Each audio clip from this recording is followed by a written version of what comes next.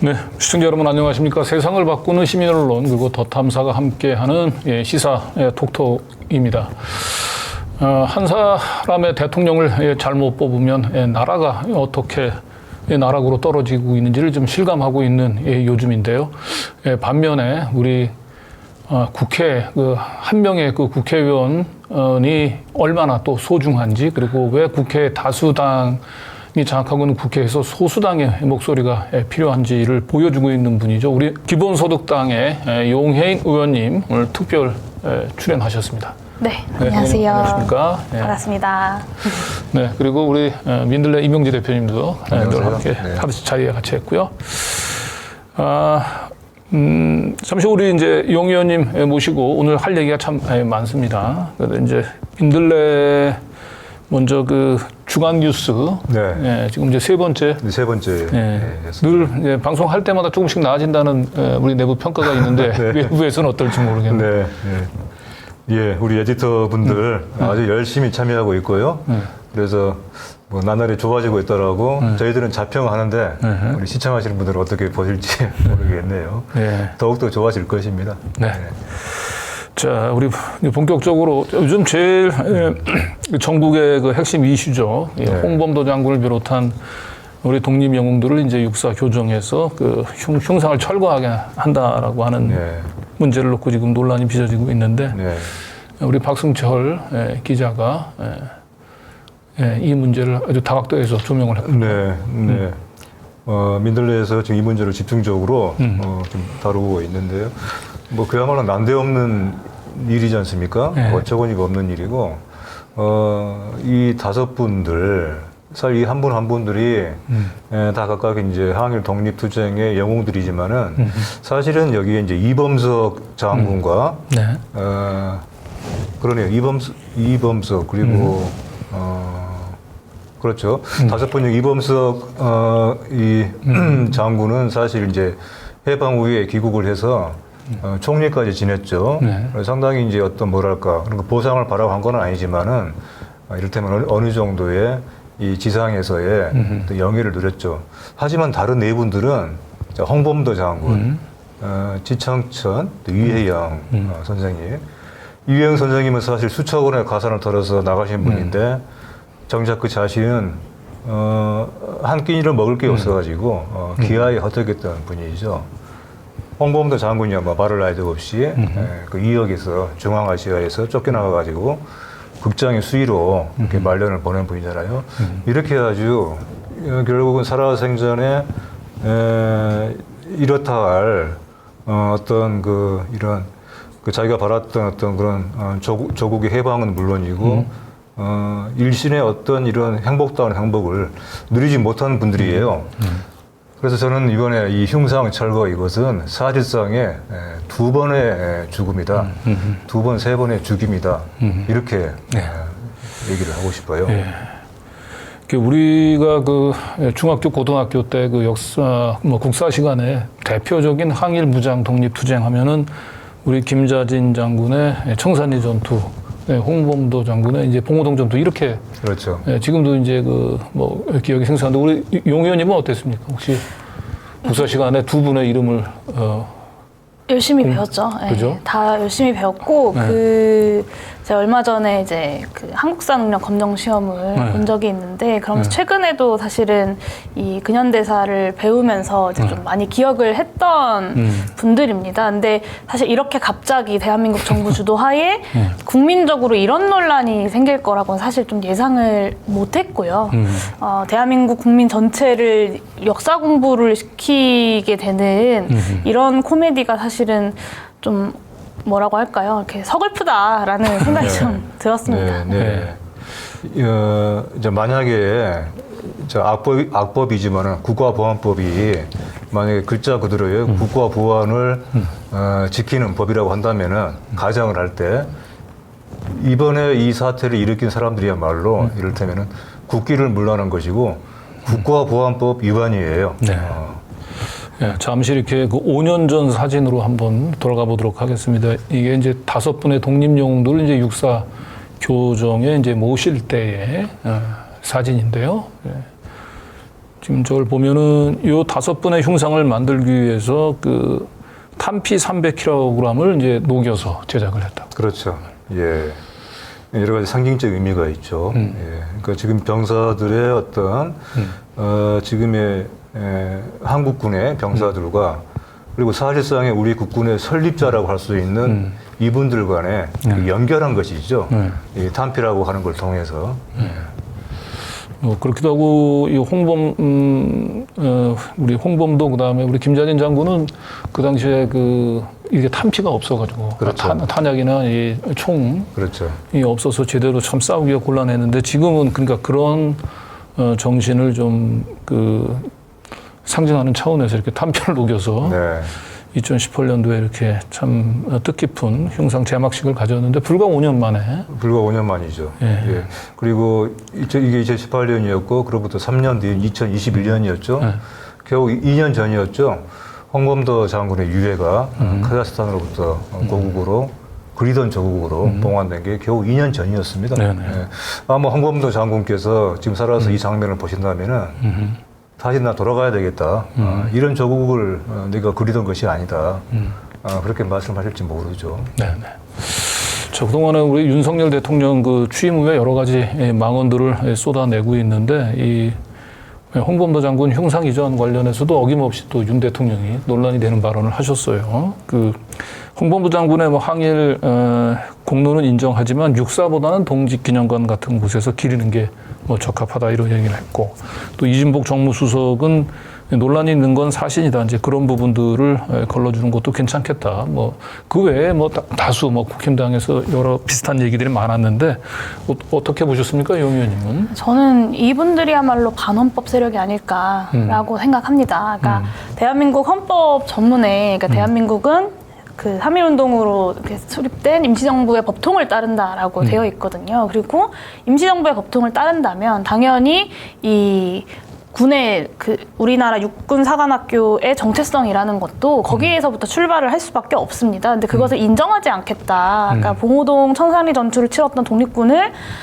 우리의 정통, 그러니까 우리 군의 정통으로 인정하지 않겠다라는 것이기 때문에 이것이야말로 반헌법적인 발언이다라는 생각이 좀 많이 들었고 이게 보시면 좀 전에 사진 보시면 2018년 3월 1일이지 않습니까? 그러니까 이게 문재인 정부 때 세웠다는 거예요. 그래서 육사의 정체성을 문재인 정부가 이제 훼손을 했으니까 육사의 정체성을 자기들이 바로 세우겠다. 뭐 이런 건데 이 홍범도 장군이 왜 국군의 정체성에 어울리지 않는 사람인지 그 논리가 뭘까 제가 이렇게 궁금해가지고 좀 찾아봤는데 이 조선일보에 나온 그 독립유공자 서훈심사위원장을 지냈던 신봉룡 교수가 한 말이 전 참 솔직하다라고 생각했습니다. 그 말이 뭐였냐면 육사가 일본을 주적으로 하는 항일학교인가 아니면 북한과 싸우는 학교인가 이 물음에 답해야 한다라고 이야기를 했어요.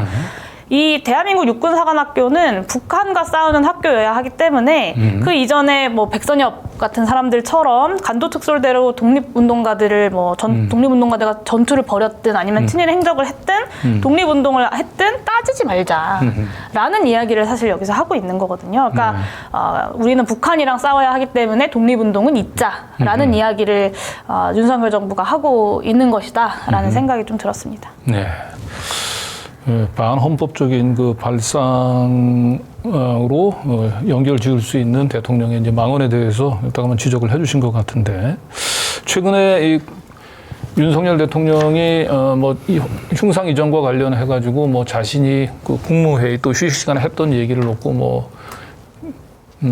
이게 발언을 자기가 했냐 안 했냐 가지고 또 논란이 빚어지고 있긴 한데 어쨌든 이 국민의힘 연찬회에서 윤 대통령이 자신이 직접 했던 얘기가 있어요. 이게 또 이게 철진한 이념 논쟁을 이제 다시 좀 불을 붙이고 있는 것 같은데 이 자리에서 윤 대통령이 이렇게 얘기했죠.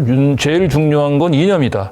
철진한 이념이 아니라 나라를 제대로 끌어갈 철학이 이념이다. 뭐 이런 그러니까 제일 중요한 건 이념이다라고 하는 얘기를 대통령이 해서 이건 과거의 대통령의 어법하고도 좀 서로 다른 것 같고요. 이거는 어떻게 생각하십니까? 그 최근에 이 이념 드라이브에 좀 이유가 뭘까? 이 세계관이 도대체 어떤 세계관일까라는 생각이 들어서 이제 좀 열심히 찾아봤는데, 그러니까 잘 이해가 안 갔어요. 그 윤석열 대통령의 3.1절 기념사 기억하시죠? 그러니까 마치 대한민국 국민, 그 우리나라 국민들이 뭐 미개해서 나라를 뺏긴 것처럼, 준비를 못해서 뺏긴 것처럼 이야기를 해서 국민들의 공분을 샀고, 그 뒤로 이어졌던 그 제3자 변제 방안, 그리고 뭐 이번에 있었던 8.15 기념사에서의 건국절 논란, 뭐 이 모든 것들이 다 어떤 흐름일까를 고민을 좀 했었는데, 이 최근에 이제 극우 정치인들의 어떤 성경책 같은 거라고 할 수 있는 반일 종족주의를 쓴 그 이영훈 교수가 출연한 유튜브 영상들을 좀 찾아봤더니 좀 이해가 되더라고요. 그러니까 이 핵심이 식민지 근대화론과 건국론이잖아요. 그러니까 이 강제징용도 인정하지 않고 일본군 위안부 피해도 인정하지 않는 이제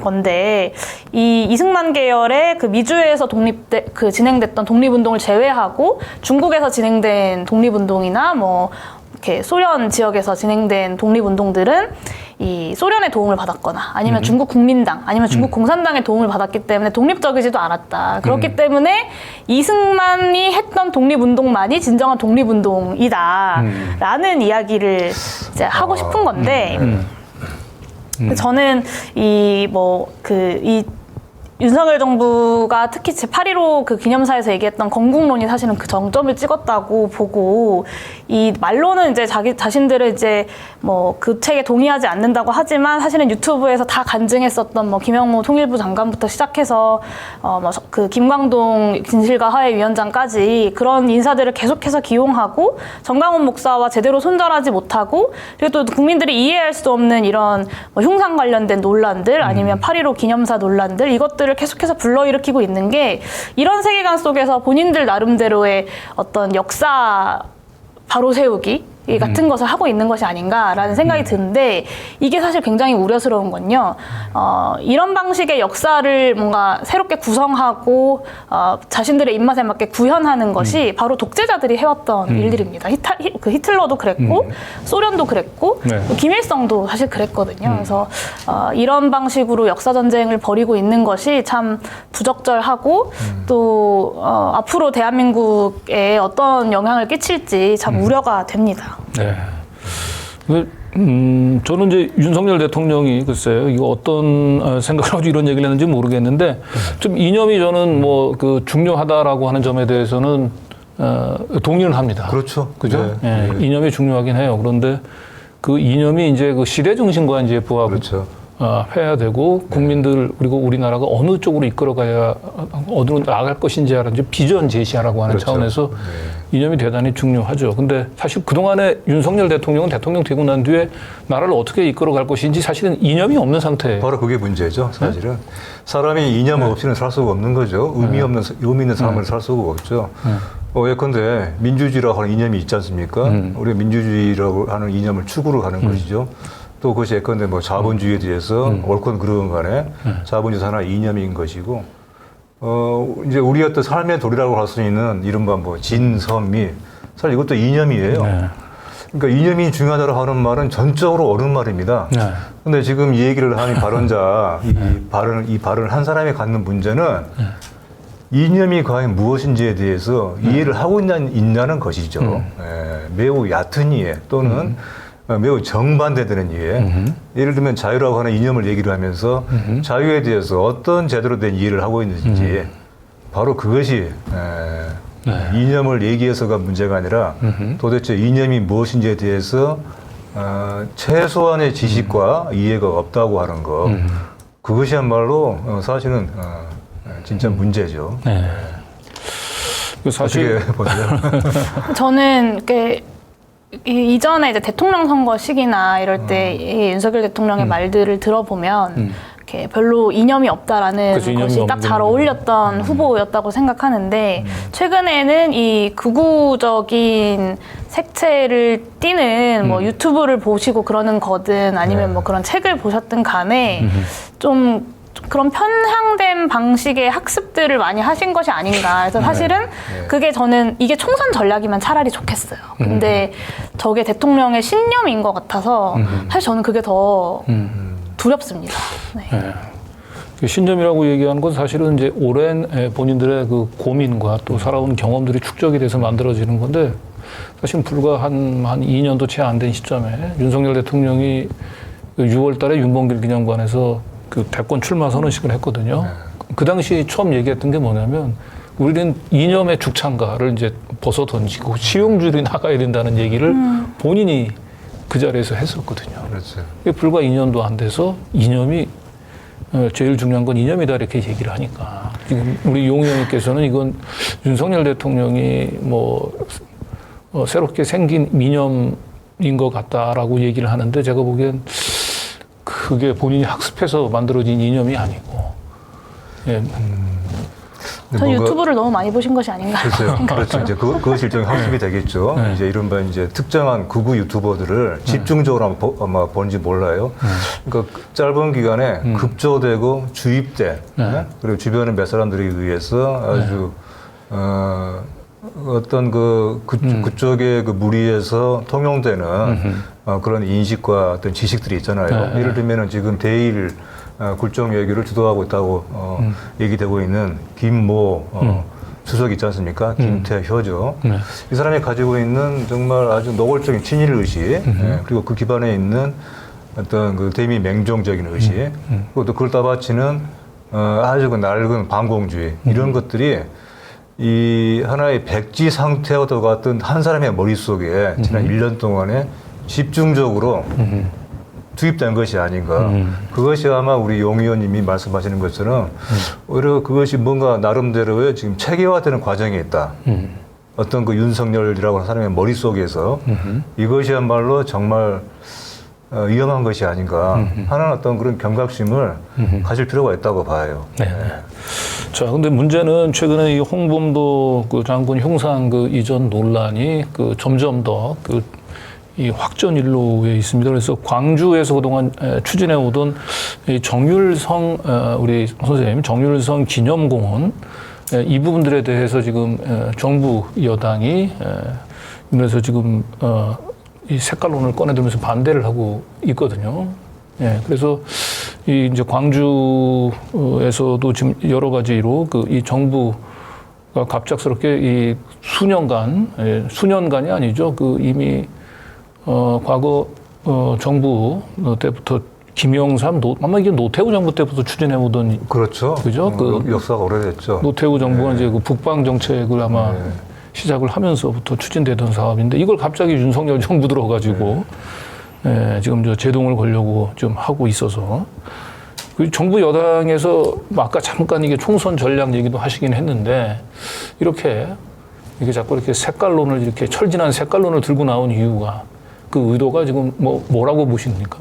가장 우려되는 건 이제 좀 전에 말씀드린 것처럼 이것이 신념이 아니냐라는 것이 이제 가장 우려가 되는 것이고 사실 정율성 역사공원에 대한 뭐 개별적 판단들이 다를 수는 있는데 그건 그냥 그 사안으로 다루면 됩니다. 근데 더 우려스러운 건 윤석열 정부가 이 정율성 역사공원을 비롯해서 아주 다방면에서 이 역사전쟁의 전선을 치고 있다는 것이 이제 가장 큰 문제라고 볼 수 있겠고 두 번째는 총선 전략 측면에서 그러면 사실 대한민국의 대다수의 상식적인 국민들 혹은 중도적인 국민들이 이런 어떤 정율성 역사공원뿐만 아니라 이 홍범도 장군 흉상 논란들을 보면서 이제 국민의힘을 지지할 수 있겠냐. 그러니까 총선 전략의 차원에서도 사실 좀 납득이 안 되는 행보인 건데 그 부분에서 좀 제가 생각을 해보자면 성과가 없어서 이런 것에 계속 천착하고 있는 것이 아닌가라는 생각이 좀 들어요. 그러니까 이 정권 출범을 하고 여러 가지 이제 개혁 일성을 우리가 봤을 땐 개혁이 아닐 수 있지만 개혁 일성을 이제 펼쳤거든요. 근데 그게 다 건건이 자초가 됐습니다. 준비를 제대로 안 하고 그냥 막 던지다 보니까 그게 다 자초가 되고 뭐 그 연금 개혁 당연히 지금 잘 안 되고 있고 노동 개혁도 대충 던졌다가 이 장시간 노동에 대해서 심지어 윤석열 대통령이 그렇게 좋아하시는 그 MZ 노조마저 막 반대를 하고 그러지 않았습니까? 그렇죠. 그리고 뭐 교육개혁도 뭐 교육부 장관이 일단 만 6세 초등학교 입학 같은 걸 던졌다가 이제 학부모들의 반발로 좀 좌초가 되고 또 수능과 관련돼서도 괜히 이제 수능 직전에 수험생들을 불안하게 하는 말들로 어떤 여론전을 시도했다가 또 다 실패하고 했는데 그러다 보니까 다음 총선까지 눈에 띄는 성과를 낼 수는 없고 경제는 너무 엉망이고 그러다 보니 할 수 있는 건 오로지 이런 이념적인 전쟁을 통해서 지지층을 강하게 결집하는 것 그리고 대다수의 중도층들을 투표장에 나오지 않도록 하는 것 좀 이런 판단들을 하고 있는 것이 아닌가라는 생각도 듭니다. 예. 근데 실제로 보니까 오늘 발표된 MBS 그 여론조사에서 지난주보다 윤석열 대통령 지지율이 한 5%포인트 정도 하락을 했더라고요. 네. 그 뭐 서울 양평 고속도로니 후쿠시마 오염수 방류에도 뭐 이렇게 횡보를 하던 윤 대통령의 지지율이 지금 한 주 만에 딱 5% 급락한 거는 이렇게 시대착오적인 그 철진한 이념 논쟁에 그 홍범도 장군에 대한 흉상 이전까지 이분들에 대한 국민적인 실망감이 반영이 된 게 아닌가. 그래서 총선 전략으로 이 카드를 꺼내들 경우에 제가 보기엔 뭐 이미 국민적인 심판이 어느 정도 된 게 아닌가 싶긴 합니다만은. 그럼에도 여전히 30%를 웃도는 지지율이라고 하는 것이 참 기가 막히죠. 그리고 그 30%는 아마 거의 대부분이 투표장에 나갈 30%일 그것이 거라고 더욱더 무서운 것이고요. 생각하고 사실. 네. 그런 면에서 중도층의 투표 포기를 자꾸 만들어낸 어떤 그렇죠. 정치 혐오를 좀 부추기려고 하면 그런 구도들을 짜고 있는 것이다라는 생각이 들어요. 우리 영예인 의원이 오늘 나오셨는데 사실 우리 이제 민들레에 필진으로 참여하셔가지고 그렇죠. 지금 민들레 벌써 또 칼럼니스트기도 하죠. 6월부터 쓰셨죠. 네. 그러니까 지금 3번 나갔는데요. 지금 이제 정치인들 또 정치 참여, 국민들의 정치 참여에 대한 얘기가 나와서 이게 생각나는데 우리 영 의원님이 글을 쓰면은 항상 그 밑에 달리는 댓글에 이런 대목이 나와요. 아유, 일당 300이다. 그러니까 빠짐없어요. 항상 모든 글에, 그 칼럼에 그런 글이, 댓글이 실리는데, 그래서 용해인 같은 의원이 10명만 있더라도, 그럼 아마 많은 사람들이 선거 투표장에 아주 막 신명나게 나갈 거예요. 정치가 뭘 할 수 있다는 것을 보여주는 것이 어느 때보다 필요한 상황이라고 보고, 그런 점에서도 용 의원님이 오늘 말씀 몇 마디를 들으니까 왜 일당 300이라고 하는 얘기가 나오는지 그걸 알겠네요. 제가 의정활동하면서 들을 수 있는 가장 영광스러운 말이라고 생각합니다. 일당 100, 일당 300. 네, 감사합니다.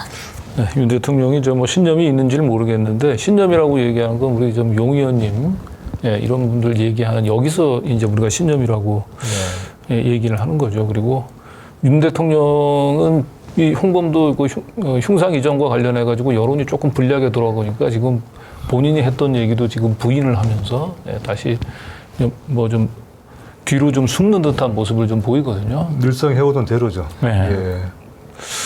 자, 그래서 다음 사실 이게 뭐 이 홍범도 장군 흉상 이전 뭐 이런 부분들은 윤석열 정부가 뭐 퇴행을 하더라도 우리가 바꾸면 다시 이제 정권을 바꾸면은 되돌릴 수가 있는데 이 후쿠시마 오염수 방류는 한번 이게 바다 생태계가 망가지면 이건 사실은 되돌릴 수 없다는 차원에서 이게 이 전 인류의 가장 큰 지금 위협일 것 같긴 한데 지금 이 정부가 지금 후쿠시마 오염수 방류하고 난 이후에 내놓는 지금 대책이 너무 지금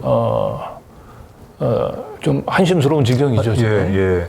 후쿠시마 오염수 투기가 이제 지난 24일에 시작이 됐지 않습니까? 그럴 때 정부에서 내놓은 그 발표가 요지가 그거였잖아요. 우리는 만반의 대책을 갖추고 있다라고 했어요. 만반의 대책. 그 만반의 대책이 하나가 지금 바로 저겁니다. 기업의 해산물 급식을 늘리겠다. 아마 이제 이어서 학교에까지도 해산물 급식을 늘리려고 하지 않느냐 하는 이런 불안들이 학부모들 사이에 지금 많이 퍼지고 있는 것을 우리 이승우 에디터께서 취재한 것인데 그 인터뷰를 했던 어떤 학부모가 이렇게 얘기를 했어요. 애를 낳은 것이 후회가 된다. 애를 낳은 후회가 된다. 그러니까 이것이야말로 어떤 지금 바로 엊그제였던가요? 그 지금의 출산율이 또 이제 더 떨어져가지고 0.78인가요? 그렇죠. 우리 0.74. 초저출산 지금 상황이 됐는데 이거야말로 사실은 출산율을 떨어뜨리는 그런 대책 아닌 대책이 되지 않겠습니까? 대통령- 만반의 대책 중에 만이 이제 1만 마이잖아요. 만 개의 대책을 갖추고 있다라고 하는 말을 쓰고 있는데 단 한 개라도 정말 대책다운 대책이 있는 것인지 네. 그걸 따져봐야 되겠죠. 네, 사실은 이제 대통령실에서 내놓은 후쿠시마 오염수 방류 첫 액션이 이제 이거였잖아요. 구내 식당을 이제 전 식단을 이제 해물 메뉴로 네. 채우겠다는 건데 이게 다 사실은 국민들을 다 이 공분케 그렇죠. 했죠. 예. 예, 예. 제2의 그 어시장, 수산시장 방문 사진과 같은 그런 장면이죠. 예. 아무튼 저것이 지금 정부가 얘기하고 있는 만반의 대책 중에 하나입니다. 핵심적인 대책인 것 같아요. 예.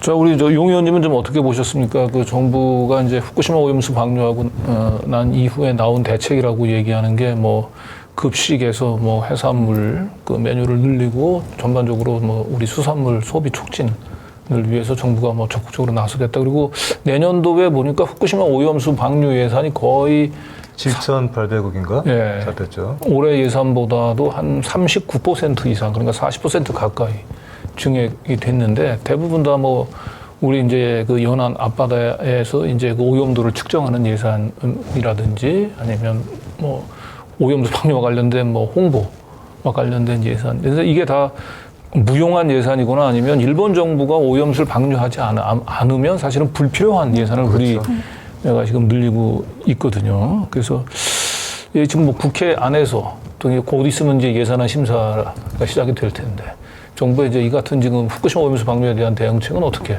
평가하고 계십니까? 이게 사실은 앞뒤가 안 맞는 건데요. 문제가 없으면 후쿠시마 오염수 관련된 예산을 편성을 왜 합니까? 안 하면 되지. 네. 근데 사실은 문제가 있고 그리고 정말 백번양보해서 과학적인 문제는 뭐 나중에 검증한다고 치더라도 국민적 불안은 엄연히 존재하는 현실 아닙니까? 그러니까 국민들이 불안해하기 때문에 이렇게 사실 예산을 편성하는 건데요. 그러니까 결단은 사실 윤석열 대통령이 고독하게 혼자 하셨어요. 그러니까 기시다 총리 만나서 이렇게 한미일 정상회담 직후에 이렇게 빠르게 사실 예상했던 것보다도 일주일 이상 빠르게 오염수를 방류할 수 있었던 건 이 한미일 정상회담에서 한국과 미국이 어느 정도 익스큐즈를 했기 때문이라는 것이 다 알려진 사실 아닙니까? 익스큐즈를 넘어서 저희가 볼 때는 빨리 윤 하라고. 대통령이 손을 빨리 잡아끈 하라고. 거죠, 오히려. 네, 빨리 해달라라는 요청을 했다는 의혹도 있는데, 그러니까 오히려 이제 윤석열 대통령이 결단을 하고 그 책임은 이제 국민들이 뒤집어 써야 하는 그런 상황인 것 같습니다. 저희 의원실에도 그러니까 해군으로 아들을 군대에 보낸 어머님이 너무 걱정이 된다라고 메일을 길게 보내셨어요. 그러니까 반찬에 생선도 많이 나오고 또 물도 바닷물을 정수해서 먹는다고 하는데 이 오염수가 방류되고 나면 그러니까 오염수는 군인들이 먹고 생색은 정치인들이 내는 게 너무 화가 난다. 그러니까 이 어머님의 분노 앞에서 제가 뭐라 드릴 말씀이 없더라고요. 입이 10개라도 별로 할 말이 없다라는 생각이 들었고, 그리고 사실 국민들이 이렇게까지 불안해하는데 대통령에게 먹으라고 한다고, 그리고 대통령실 직원들이 이렇게 먹는다고 해서 이 불안이 해소가 되겠습니까? 그리고 사실 이 후쿠시마 오염수가 돌고 돌아서 오는데 시간이 걸린다. 그리고 핵심은 30년 동안 방류를 한다는 겁니다. 그러니까 지금 당장에는 큰 영향이 없을 수 있지만 이것이 아무리 희석해서 방류한다고 치더라도 그 전체 방류되는 핵종의 총량은 똑같기 때문에 방사능 물질의 총량은 똑같기 때문에 이게 해양 생물들 이 생태계에서 계속해서 축적되고 농축돼서 결국에는 인간의 몸에까지 들어온다는 것이 가장 큰 문제인데 그런 사실들을 다 가리고 지금 당장 해산물 소비로 사람들의 눈을 가려보려 한다는 시도라고 생각하고요. 오히려 뭐 수산물 수입이 늘었다라고 하면서 그 오염수에 대한 국민들의 불안이 종이호랑이다 이런 표현을 이제 성일종 의원이 했는데 이 국민들은 이 일본과 미국의 정상회담 정상 앞에서 종이호랑이였던 윤석열 대통령을 정말 역사적으로 길이길이 기억할 것입니다. 네. 지금 방금 얘기한 대로 일단 지금 이게 당장에 뭐 1, 2년 사이에 이제 그 종식될 수 있는 문제가 아니고 지금 이제 30년 버린다고 지금 끝나는 게 아니거든요. 그렇죠. 계속 그 지금 뭐 지하수라든지 뭐 오염수 통해서 계속 지금 추가로 오염수가 쏟아져 나오기 때문에 이게 도대체 언제 끝날지 알 수가 없는. 그렇죠. 그리고 정부가 올해만 이렇게 예산을 증액해서 할 수 있는 문제가 아니고 최소한 지금 뭐 일본 정부 계획대로 해도 30년간 우리는 이런 불필요한 일본 정부 때문에 발생한 예산을 우리가 국민 피 같은 세금들을 계속 여기에 쏟아부어야 되는 상황인데 지금 일본 정부에 대해서는 우리가 정부로서 큰 목소리 낼 수 있는 얘기를 일체 일본 정부를 자극할까봐 그렇죠. 일본 정부를 비난하는 얘기 또 일본 정부의 또 성의 있는 또 그 조치를 촉구하는 뭐 이런 얘기들 전혀 들리지 않고 있군요. 일본 정부에 이제 요구를 하고 비판을 하고 단호하게 대응을 해야 되는데 일본 정부에게는 일종의 애원을 하는 것이죠. 애원을. 그리고 한국 국민에 대해서는 압박을 하고. 저는 지금 정부가 국민들을 대하는 태도, 후쿠시마 오염수와 관련해서 정부 내놓는 대책들 내용을 한마디로 요약을 하자면은 이렇게 요약이 될 것 같아요. 확실한 방향이 있다. 국민들을 바보로 만드는 것이 대책이다. 국민들을 문외화로 만드는 것이 완전한 해결책이다. 아마 이런 작정들을 하지 않고서는 내놓을 수 없는 대책이고 발언들이라고 봐요. 네. 그 사실은 이제 이 윤석열 정부의 이제 비겁함을 가장 단적으로 보여준 사례가 일본 후쿠시마 오염수 방류하고 난 뒤에 이 부분들에 대한 우리 정부의 입장을 대통령이나 국무총리나 아니면 집권당 여당 대표가 아니라 이 국무조정실 차장, 차관급인 국무조정실 차장이 정부의 공식 입장을 내놨다는 거예요. 그래서 방류가 봤을 때 과학적으로는 큰 문제는 없어 보인다. 그러나 방류에 찬성하는 것은 아니다. 이제 이런 이걸 이제 정부의 공식 입장이라고 내놨는데 뭐 방류 이후에 어느 정도 뭐 여론 동향에 대해서 자신감을 얻어서인가요? 우리 대통령이 직접 또 후쿠시마 오염수 방류에 대해서 입장을 내놓긴 했습니다. 그게 1+1을 100이라고 하는 세력과 싸울 수밖에 없다. 이런 취지의 발언을 했지요. 그래서 과학을 믿지 않는 세력이라고 얘기하면서 1+1을 100이라고 하는 세력과 싸울 수밖에 없다. 이런 얘기를 했는데 뭐 이 발언 어떻게 해요? 용 의원님 어떻게 들으셨습니까? 우리나라 저는 사실 그 생각이 딱 났는데 대통령실을 도감청한 미국은 친구고 일본은 8.15 그 기념사에서 뭐 대단한 미래의 파트너십을 가져가야 하는 파트너다 이런 이야기를 막 하셨는데 후쿠시마 오염수 방출을 걱정하는 국민들은 이 1+1 더하기 1을 100이라고 하는 어떤 우매한 세력이고 싸워야 할 세력인가? 저는 참 대단한 정부다라는 생각이 좀 들었고 이게 이전에도 대통령이 비슷한 말씀을 하셨어요. 그러니까 현명한 국민은 괴담에 속지 않는다. 그러니까 그럼 대다수의 국민은 현명하지 못해서 괴담에 속는다는 얘기거든요. 저는 이게 이 새누리당 계열의 이 국민의힘까지 오는 이 정당들의 참 오래된 나쁜 버릇이라고 생각하는데 국민들을 정말로 개돼지 취급하는 그런 나쁜 버릇이 사실은 이 사안에 대해서도 나오는 것이 아닌가라는 생각이 들고 그렇게 1 더하기 1이 100이 아니면 윤석열 대통령이 직접 나오셔가지고 1 더하기 1은 2다라고 설명하셔야죠. 근데 한 말씀도 안 하고 계신 건 아닙니까? 사실 윤석열 대통령이 내가 지지율이 1%가 되더라도 해야 할 일은 한다 이런 얘기 많이 하는데 이 사안에 대해서는 이게 정말로 꼭 필요한 일이고 우리 나라에 필요한 일이라면 정권의 명운을 걸고 나오셔서 국민들이 반대하더라도 설득하고 얘기하셔야죠. 근데 한마디도 하지 않고 일본 가서도 정말 입 꾹 다물고 가만히 있는 이 모습들이 정말 대한민국 국민들이 우리가 대통령을 뽑은 것인가 아니면 일본의 어떤 이해에 복무하는 일본 관료를 뽑은 것인가 이런 고민들을 좀 많이 하시게 되는 것 같습니다. 네. 1+1을 100이라고 하는 세력과는 싸워야 되겠다 하는 얘기. 근데 저는 얘기를 들으면서 놀랐어요. 이것은 혹시 1+1은 2인 줄 알고 하는 얘기일까? 네. 사실 많은 게 그렇잖아요. 이 발언을 한 사람은 우리 얼마나 많이 봤습니까? 어제 한 말과 오늘 한 말이 달라요. 아침에 자기가 했던 말을 저녁에 뒤집어요. 이런 일들이 워낙에 빈발하기 때문에 과연 최소한의 그런 지식이 있을까에 대해서 생각을 해보게 되는데 근데 저는 이제 이런 식의 말이야말로 참 이것이 대통령의 말인 것을 떠나서 세상 일을 너무나 이것을 아주 단순한 시각으로 보는 사람의 머리가 아니면 나올 수가 없는 말이라고 해요. 그 어떤가요? 1 더하기 1은 2이지만은 또 3도 되고 10도 되는 거예요. 사람이 여기에 1과 또 1에 이를 어떻게 더하느냐에 따라서 그것은 10이 되고 100이 되기도 하는 것입니다. 사실 그것이 바로 정치인 것이죠. 네, 네. 그렇잖아요. 그렇죠. 유형에서 무형의 것으로 만들어내는 것이 바로 정치의 역할이고 과제인 것이죠. 근데 바로 그 정치를 가장 앞장서서 해야 되는 역할을 진 사람이 이런 식의 얘기를 아주 용감하게 하고 있다는 네. 거. 예. 근데 이제 지금 사실 후쿠시마 오염수 방류 관련해서는 그 진영 논리를 떠나 가지고요. 그 여론조사하면 거의 80% 가까운 국민이 후쿠시마 오염수 방류에 불안감을 느끼고 반대한다고 하잖아요. 그런데 지금 이 방류에 반대하는 사람을 1+1은 100이라고 주장하는 세력이라고 얘기하고 여기에 맞서 싸우겠다는 얘기는 결국 윤석열 대통령이 다수의 국민들하고 싸우겠다라고 하는. 그러니까 아마 숫자 계산 이렇게 하는 게 아닐까요? 전 국민의 80%가 반대한다 할 때 아마 또 그렇게 생각할지 몰라요. 아, 이거는 전체가 1000이기 때문에 1000에서 80을 빼면은 1000 얼마인가요? 1920이 남는가요? 네. 1920은 찬성한다.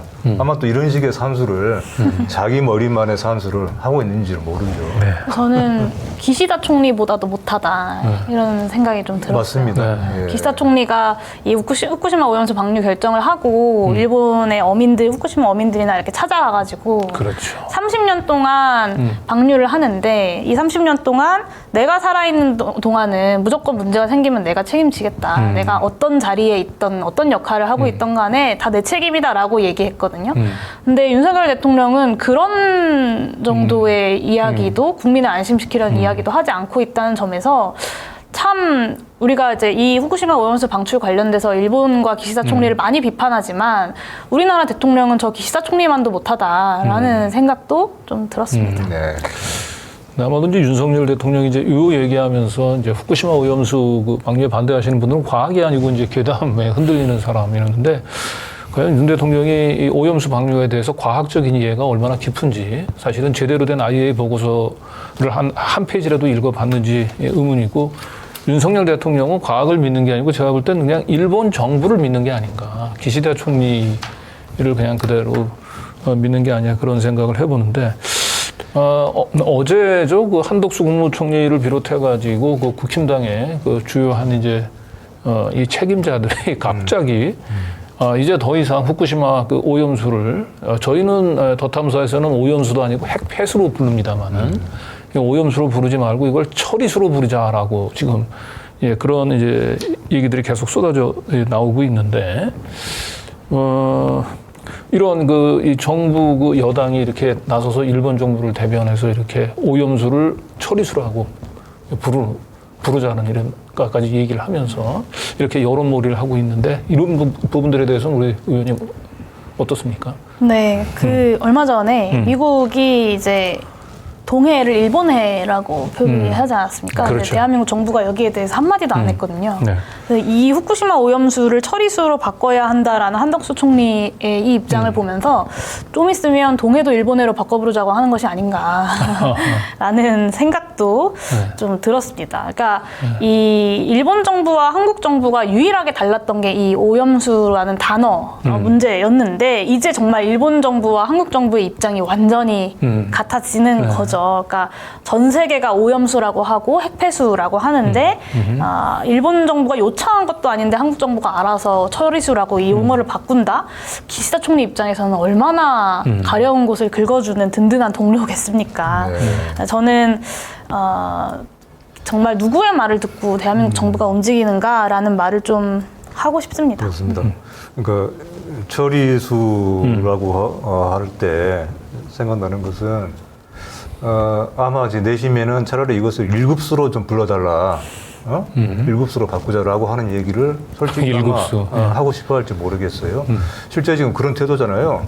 이거 먹어도 아무 이상이 없고 마치 몸에 건강이 좋은 것처럼 이거 마시자고 하고 있으니까 1급수 생수라고 하고 싶은 마음이 없는 것 없지도 않을 것 같은데 정말 지금 처리해야 될 것은 이 후쿠시마 오염수가 아닌 것 같아요. 정말 처리가 필요한 것은 다른 일군의 사람들이다. 네. 일군의 지금 권력과 일군의 정부에 이런 식의 말들을 정말 국민을 바보로 만들겠다고 하지 않으면은 나올 수가 없는 이런 식의 국민 모독을 하는 말들을 서슴지 않고 이거야말로 정부 괴담 아닌가요? 네. 정부 괴담. 예, 지난 제가 토요일 날 그 촛불 그 집회에 나갔더니 이제 그 현수막에 윤석열 대통령을 방류하자라고 그렇죠. 하는데 참 이 국민들의 지금 지금 뭐 분노한 민심들을 뭐 대변한 이제 그 말이 최초에 나왔던 게 예전에 그 한국 작가 회의에서 내놨던 성명서에서 그 표현이 처음 나왔을 거예요. 차라리 윤석열을 방류하라. 아마 그것이 국민 대다수의 그런 심정이겠죠. 네. 자, 이렇게 이제 후쿠시마 이제 오염수 방류 문제는 좀 어느 정도 우리가 한번 짚어봤고요. 예, 다음에 오늘은 이제 사실은 우리 용 의원님을 모신 그래서 직접 한번 얘기를 좀 듣고 싶어서 그런데 뭐 내년 이제 그 총선이 이제 한 얼마 남았죠? 이제 8개월 정도 8개월. 남은 것 같습니다. 8개월 정도 남았죠. 그래서 내년 총선에 이제 이 윤석열 정권에 대한 이제 심판의 의지는 매우 높은데 지금 중요한 거는 내년 총선을 이제 어떤 그 룰에 따라서 치를 것인지가 지금 아직까지 정해지지 않고 있습니다. 그래서 사실은 우리 용 의원님을 보여주면 이 국회 내에서 민주당과 이 국힘당 이렇게 거대 양당이 독식하고 있는 이 의회 민주주의가 얼마나 위험한지 그리고 왜 소수 정당이 필요한지를 사실은 저는 용 의원님이 그 단적으로 좀 보여주고 있다고 생각을 하는데 그래서 최근에 우리 용 의원님이 그 이 선거법 개정안을 발의를 하셨어요. 그래서 요 명칭을 국민 뜻대로 선거 개혁법안이라고. 네. 네.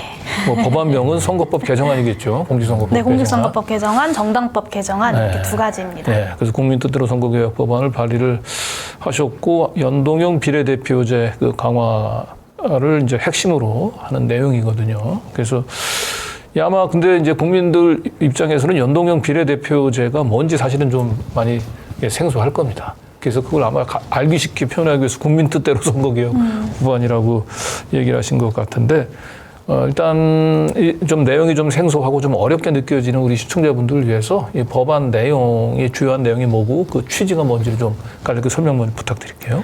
네, 일단 지난 촛불 혁명 이후에 정치가 이대로는 안 된다라는 마음에 많은 국민들이 어떤 정치 개혁이라는 것도 중요한 개혁 과제로 제시를 하셨고 그 정치 개혁을 위해서 많은 국민들과 시민사회 그리고 정당들이 머리를 맞댔습니다. 그래서 20대 국회에서 이 준연동형 비례대표제라는 방식으로 비례대표 선거를 좀 바꿔봤습니다. 근데 준연동형 비례대표제는 뭐냐면 그 전까지는 그냥 정당 투표를 하는 그 투표용지의 결과에 따라서만 의석수를 나눴는데 이게 사실은 소선거구제가 있고 그 투표용지는 투표용지대로만 의석수를 나누다 보니까 사표가 어마어마하게 많이 나오게 되는 거죠. 그래서 국민의 뜻이 그대로 좀 국회 의석에 반영되지는 않는 한계들이 있어서 100%는 아니라고 하더라도 일정 부분을 이제 국민들의 어떤 그 국민들의 표의 뜻에 따라서 의석수 비례대표 배분에도 반영하게 하는 법안입니다. 그게 이제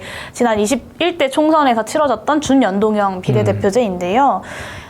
그 과정에서 이제 뭐 위성정당 논란 같은 것들이 있었습니다. 근데 이제 그 위성정당 논란 때문에 선거제도를 바꿔야 된다라는 이야기가 지난 3년 동안 계속해서 있었습니다. 그래서 지난 봄에는 정개특위에서 이제 전원위원회라는 걸 이제 몇 년 만에 열어가지고 100명의 국회의원들이 발언을 하기도 하고요. 그리고 국민들이 함께 모여서 긴 시간 동안 함께 수기 과정을 거쳐서 조사를 하는 수기 공론조사 과정도 거쳤습니다. 근데 이 수기 공론조사의 결과가 저 굉장히 깜짝 놀랐는데 굉장히 명쾌합니다. 그러니까 국민들의 뜻이 국회 의석수에 제대로 반영이 될 수 있도록 그 현행 소선거구제와 준연동형 비례대표제를 유지하면서 동시에 국회의원 정수와 비례대표 의석수를 늘리자라는 것이 그 공론조사 결과였습니다. 그리고 이 공론조사는 공식적으로 국회 정치개혁특별위원회가 진행을 한 것이죠. 그런데 그 이게 이후에 공론조사라고 얘기하는 게 아마 시민들 한 1000여 명 정도인가요? 1000여 명 정도를 시민들 가운데서 그랬었죠. 샘플링을 해서 그분들한테 뭐 한 거의 하루 정도, 1박 2일 뭐 이런 정도 이제 장시간 동안 이제 전문가들이 나와서 그 선거법에 대한 이제 다양한 쟁점들에 대해서 이렇게 충분히 설명을 해주고 그런 설명을 듣고 난 뒤에 선택을 하게 했던 거죠. 네, 어떤 2주 정도. 네. 2주 정도였나요? 주말에 모여서. 그렇죠. 500명이었죠 그때 아마. 네네네. 사실 이제 저희가 그때 광노현 교육관님이 특히 이제 이 사안에 대해서 아주 이제 많은 관심을 가지고 특히 민들레를 통해서 선거법 개혁 개선 어떻게 돼야 될 것인가. 아마 이제 그 결론이 사실 우리 용 의원님 말씀하시는 바로 그 개혁 선거법에 담겨 있는 내용 거의 일치할 겁니다.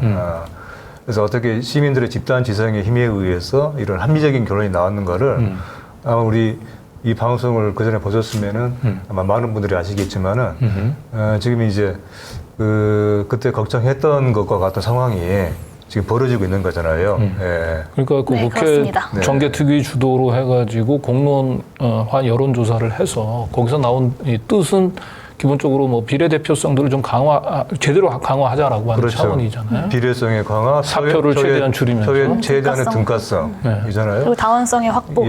당연한 원칙이었죠. 근데 그 이후에 뭐 소위원회를 설치해서 이제 원내 모든 정당들이 함께 논의하자 이런 다양한 제안들이 있었는데요.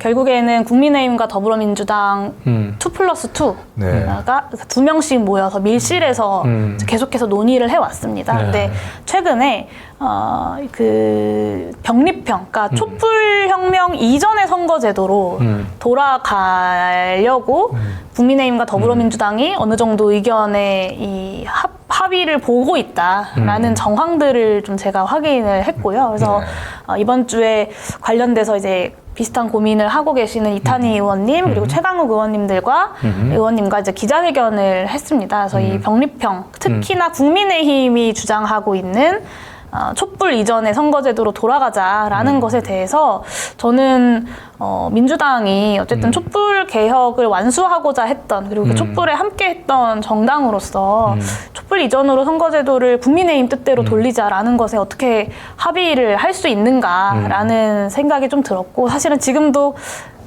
설마 민주당이 그렇게까지 할까라는 생각도 들지만 아마 이제 내일 민주당 의원총회에서 어느 정도 좀 가닥이 잡히지 않을까 예상을 하고 있는데요.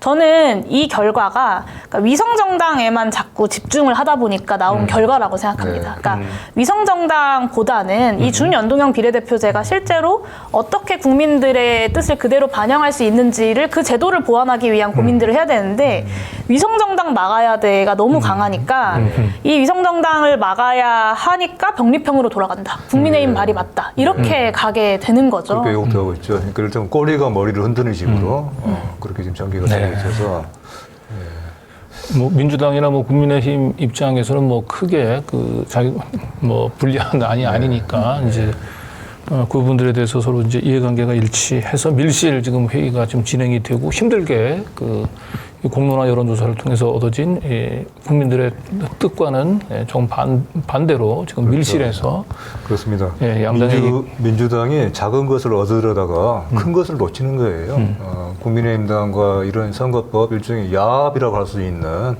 이런 개혁이 아닌 개혁에 합의해 준다는 거 이거 사실 민주당이 길게 본다면 결코 그렇게 선택해서는 안 되는 길이라고 봐요. 네. 자, 이런 가운데서 이제 어제 그 우리 더불어민주당의 이탄희 의원 그리고 최강욱 의원이 이제 국민 뜻들을 무시하고 이 지금 거대 양당의 그 밀실 야합을 통해서 진행되는 선거제도 개혁안에 대해서 좀 반대하는 그런 기자회견이 있었거든요. 그 영상 한번 잠깐 보시고 얘기를 이어가도록 하겠습니다. 양당 카르텔과 촛불 전 선거제로의 퇴행을 반대합니다.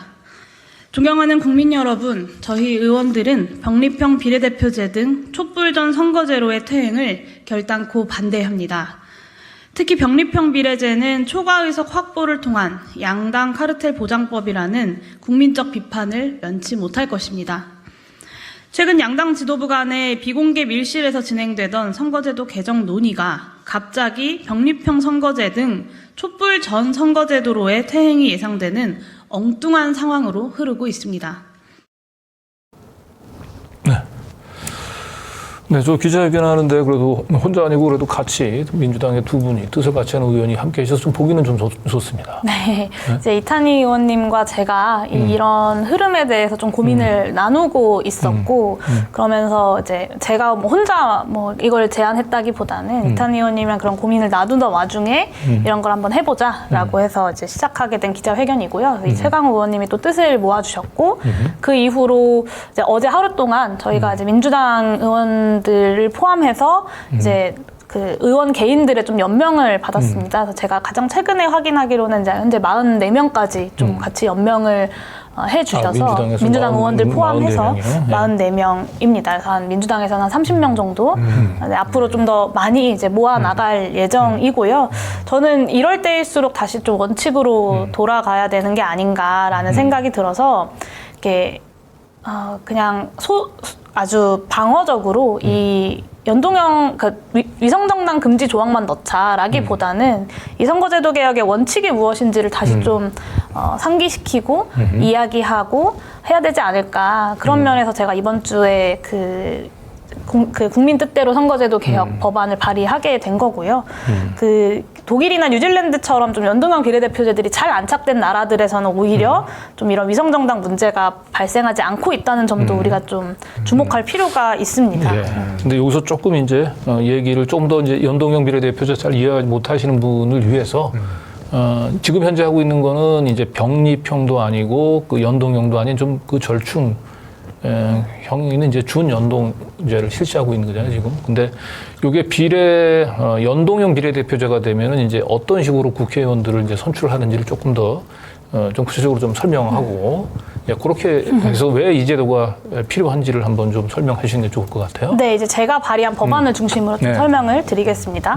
그 짧게 설명을 하자면 의원 정수를 360명까지 늘리자. 그리고 지금 현재 300명인데 360명으로. 네, 그리고 지역구와 비례 의석을 2대1 정도로 좀 조정을 하자. 그래서 비례대표가 120석, 지역구가 240석. 지금 현재는 이제 300명인데 지역구가 247명인가요? 253명. 253명. 그리고 47명. 47명. 그러니까 47명을 가지고 비례성을 이제 살리려고 하다 보니까 이건 한계가 있죠. 네. 그리고 그러다 보니 사실은 위성정당의 문제라는 것도 발생하는 거거든요. 그래서 그러니까 이제 47명의 비례대표를 120석으로 의석수 전체를 늘리고 그중에 한 120석 정도를 이제 비례대표 의석으로 그래서 지역구의 의석을 포함해서 이 각 정당의 의석이 그 각자가 득표한 정당 득표에 따라서 배분된 의석과 큰 차이가 없도록 하는 것이 이제 취지인 것이고요. 그리고 또 하나는 그 제가 발의한 법안 중에 내용 중에 하나는 공직선거에서 정당 간 선거연합을 좀 제도화하자라는 제안입니다. 그러니까 각 정당들이 독자성을 유지하면서도 함께 좀 연대하고 연합할 수 있는 방안을 만들어야 한다. 그래야 어떤 기울어진 선거연합의 의존도를 좀 낮춰서 다당제 혹은 다원적 민주주의라는 것도 가능하겠다라는 제안이고 또 세 번째는 지금 현재는 3% 봉쇄 조항이 있습니다. 그래서 전국 그 정당 투표에서 3% 이상을 받아야 이제 의석수를 배분받기 시작하는데 이거를 이제 1%로 낮추는 내용을 이제 제 법안에 포함을 시켰습니다. 사실 이제 1등과 2등이 누구냐도 많이 중요하지만 선거철만 되면 내용도 없으면서 그 제3지대, 뭐 제3세력 이런 3등 흥행 노리고 나오는 정당들이 많이 있거든요. 그렇죠. 근데 사실 그러면 그 3등 하는 정당들을 포함해서 그보다 작은 정당들의 어떤 의정 활동에는 얼마나 이제 관심이 있는가. 사실은 3등 정당에 끊임없는 사다리 걷어차기가 있었던 것도 부정할 수 없는 현실이고요. 그래서 저는 다당제라는 게 3당까지 있는 게 다당제는 아니다. 4등, 5등, 6등이 함께 공존하고 다양하게 연대 연합을 통해서 정말 생산적인 결과들을 만들어낼 수 있는 그런 국회가 되어야 하는 게 이제 다당제 민주주의라고 생각하고 그런 측면에서 좀 국민 한 50만 표 정도를 받으면 1%가 되는데 5천만에 기준하면 그 1%의 지지를 받는 정당이라면 국회에서 그 1% 정도의 의석을 가지고 국민들을 위해서 일할 자격이 충분하다라고 생각하고 이런 이야기를 하면 극우파가 들어오는 것이 아니냐 이런 이야기들 많이 하시는데 그렇죠. 두 가지 생각이 듭니다. 하나는 대통령께서 저렇게까지 극우적 성향을 보이시는데 극우 세력 몇 명 더 들어온다고 해서 그렇죠. 얼마나 달라질까라는 생각 하나와 두 번째는 그러니까 극우 정당들이 들어올 수 있습니다만 동시에 뭐 이렇게 제 입으로 말하기 좀 민망하지만 기본소득당 같은 대안정당이라거나 더 다양한 정치 세력들, 정당들이 이 다양한 민주 진보 진영의 어떤 개혁 의제들을 가지고 국회에 들어와서 이 개혁을 견인할 수 있는 밑바탕이 될 거라고 생각합니다. 그래서 오히려 그 극우 세력들을 견제할 수 있는 힘이 될 것이기 때문에 저는 이 1% 봉쇄 조항이 꼭 극우파가 들어온다라고 설명할 수 있는 건 아니다.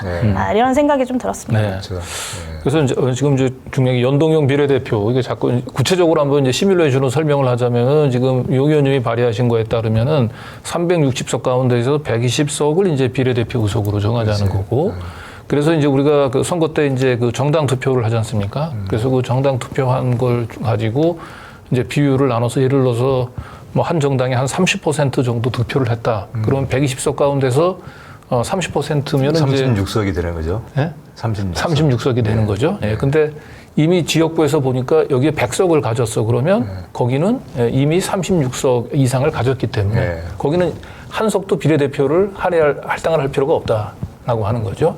그런데 이제 예를 들면 한 10% 정도의 정당 투표를 얻었다. 그러면 120석 가운데서 12석을 가져갈 수 있는 건데 지역구에서 한 석도 못 얻었다. 그러면 이제 12석을 이제 온전히 그러니까 그 지역구에서는 비록 이제 거대 정당에 밀려가지고 3등, 4등 이렇게 밀려서 한 석도 못 얻는다 하더라도 한 10% 비례대표 정당 투표에서 10% 정도를 얻으면은 120석에서 한 12석 정도는 가져갈 수 있게끔. 그리고 우리 이제 용 의원님 같은 뭐 이런 작은 정당이지만 의미 있는 정당도 비례대표에서 1%만 넘으면은 뭐 최소한 한 석 이상 정도는 그렇죠. 그리고 1%가 만약에 안 된다, 뭐 힘이 작다라고 얘기한다면 그 여러 정당들이 합쳐서 선거 때 앞두고 하나의 연합정당을 만들어서 그 당이 얻은, 연합정당이 얻은 득표율에 따라서, 정당 득표율에 따라서 비례 의석수를 이렇게 할당할 수 있는 이런 제도인 거죠? 네, 맞습니다. 근데 이제 의석수를 할당하는 기준은 이제 전체 의석수, 지역구 의석수를 포함하는 거여서 예를 들면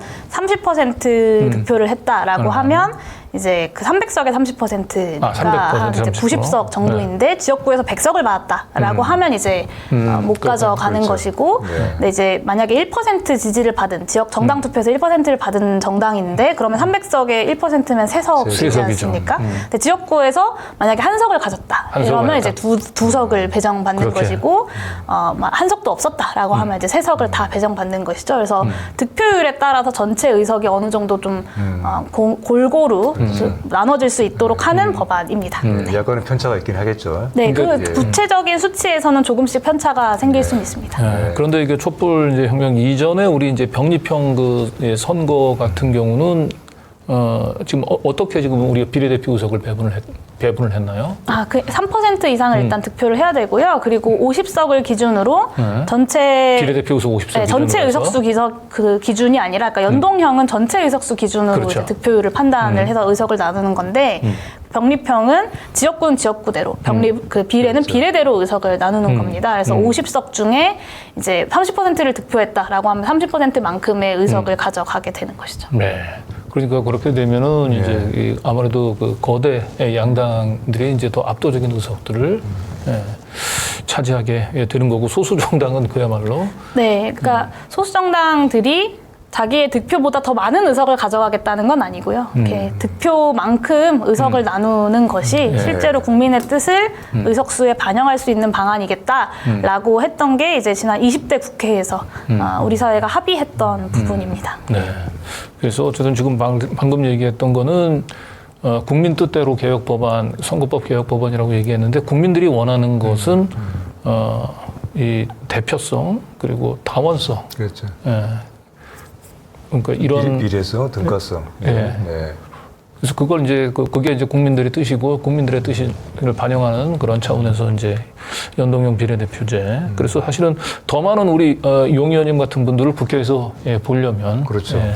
소수 정당이 더 의회에 진출할 수 있는 문턱을 사실은 좀 더 열어줘야 되고 그런 차원에서 지금 법안을 발의를 하셨는데 잘 됐으면 좋겠습니다. 네, 일단 근데 워낙 지금 이제 상황이 좀 엄중한데요. 네. 일단 이탄희 의원님이랑 제가 이 방송 녹화하기 전에도 이제 통화를 잠깐 하고 들어왔는데 그래도 생각보다 병립형으로 회귀하는 것은 촛불 이전으로 시계를 돌리는 것은 잘못됐다라고 생각하시는 의원님들이 꽤 계신 것 같습니다. 그래서 최선을 다해서 이렇게 2+2 밀실 합의를 통해서 과거로 되돌리는 결정이 아니라 좀 공론조사의 뜻을 그대로 받아 안을 수 있는 결과가 만들어질 수 있도록 최선을 다하겠습니다. 네.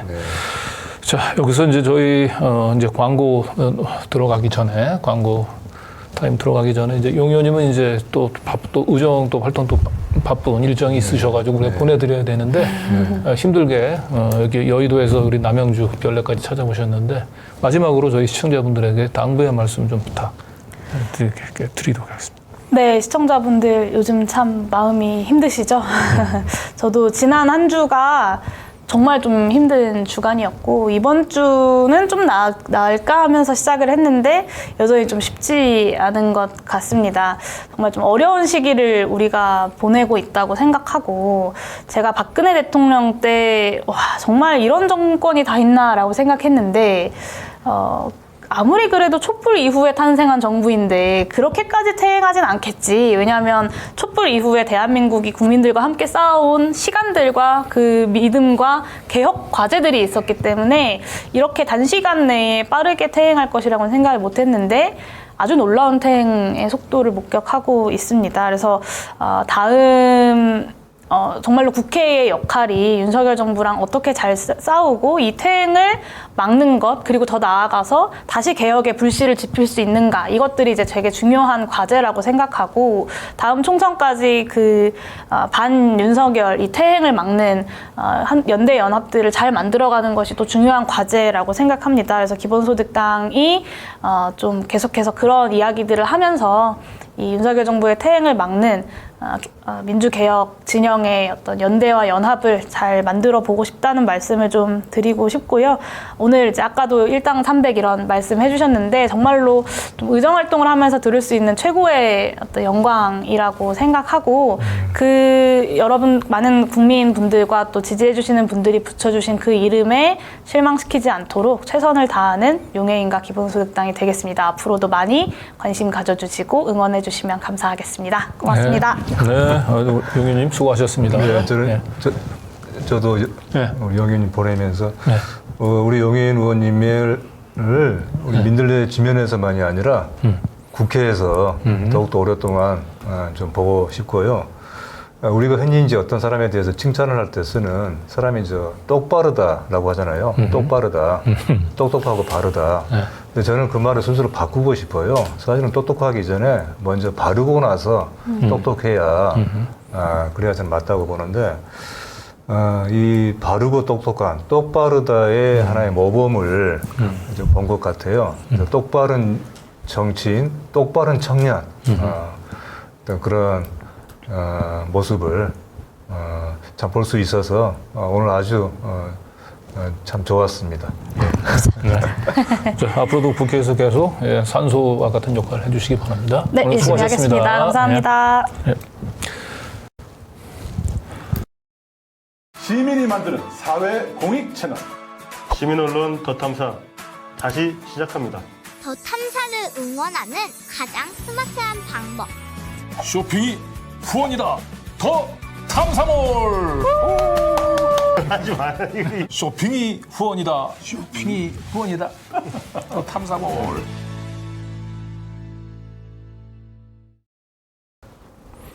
네, 오늘 소개해드릴 것은 춘천식 닭갈비입니다. 퀵 매콤 한입 춘천식 닭갈비이고요. 이건 그야말로 제품명 그대로 빠르게 퀵하게 할 수 있는 먹을 수 있는 그런 간편식 브랜드입니다. 제 고향의 명물 이 춘천 닭갈비. 이 그렇죠. 최근에 좀 제가 춘천에 가가지고 한번 가면 갈 때마다 이 닭갈비를 먹는데. 그렇죠. 춘천이나 두 가지 명물이 있죠. 닭갈비와 강진구. 네.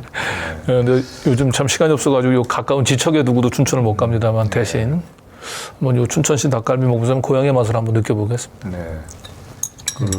이제 닭봉이라고 하는 닭 날개살 로 만드는 거고요. 육질이 지방이 적고 육즙이 풍부하다 이렇게 나와 있습니다.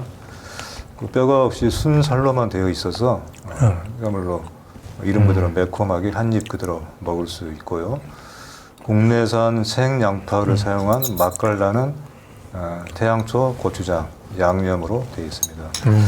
이 닭갈비는 역시 고추장이 중요하잖아요. 네. 예. 고추장 하니까 생각나는 게 있네요. 다음 주에 우리 민들레에서 보도를 할 텐데 혹시 아프리카 부족의 가장 높은 사람을 뭐라고 하죠? 추장이요? 추장이라고 하죠. 근데 최근에 발견된 새로운 사실이 있어요. 추장보다 높은 사람이 있다고 하는 것을 그러면 고추장입니까? 고추장이죠. 아, 근데 그게 다가 아니고 고추장보다 더 높은 직위가 있었대요. 초고추장. 초고추장. 근데 가장 높은 것이 바로 이겁니다. 태양초 고추장입니다. 아, 태양초 고추장. 네, 그러니까 고추장 중에 최고의 것이죠. 고추장의 최고봉이라고 예, 할 수 있는 그래서- 태양초 고추장으로 네. 양념을 했군요. 네. 그래서 진짜 맛있습니다. 네. 예. 그래서 20% 할인가라고 합니다. 그래서 350g짜리 두 팩인데 16,900원입니다. 네. 예, 그리고- 더 담사몰. 네, 그래도 춘천식 닭갈비를 먹으려면 춘천을 방문하셔서 네. 춘천의 닭갈비집을 이용해 주시는 게 제일 좋고요. 저처럼 이렇게 시간이 없는 분들은 이 춘천식 닭갈비 제가 먹어봤는데 아주 훌륭합니다. 입에.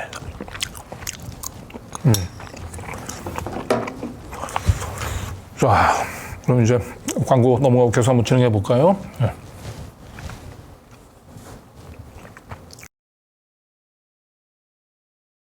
오늘도 시민언론 더 탐사 그리고 스튜디오 더 탐사 두 군데를 통해서 동시에 라이브 진행 중이고요. 스튜디오 더 탐사에서 구독, 좋아요, 알림 설정도 잊지 말아 주시기 바랍니다. 예, 그리고 스튜디오 더 탐사 스태프들이 저한테 간곡히 부탁을 했습니다. 스튜디오 더 탐사 구독과 함께 슈퍼챗 후원도 부탁드리도록 하겠습니다.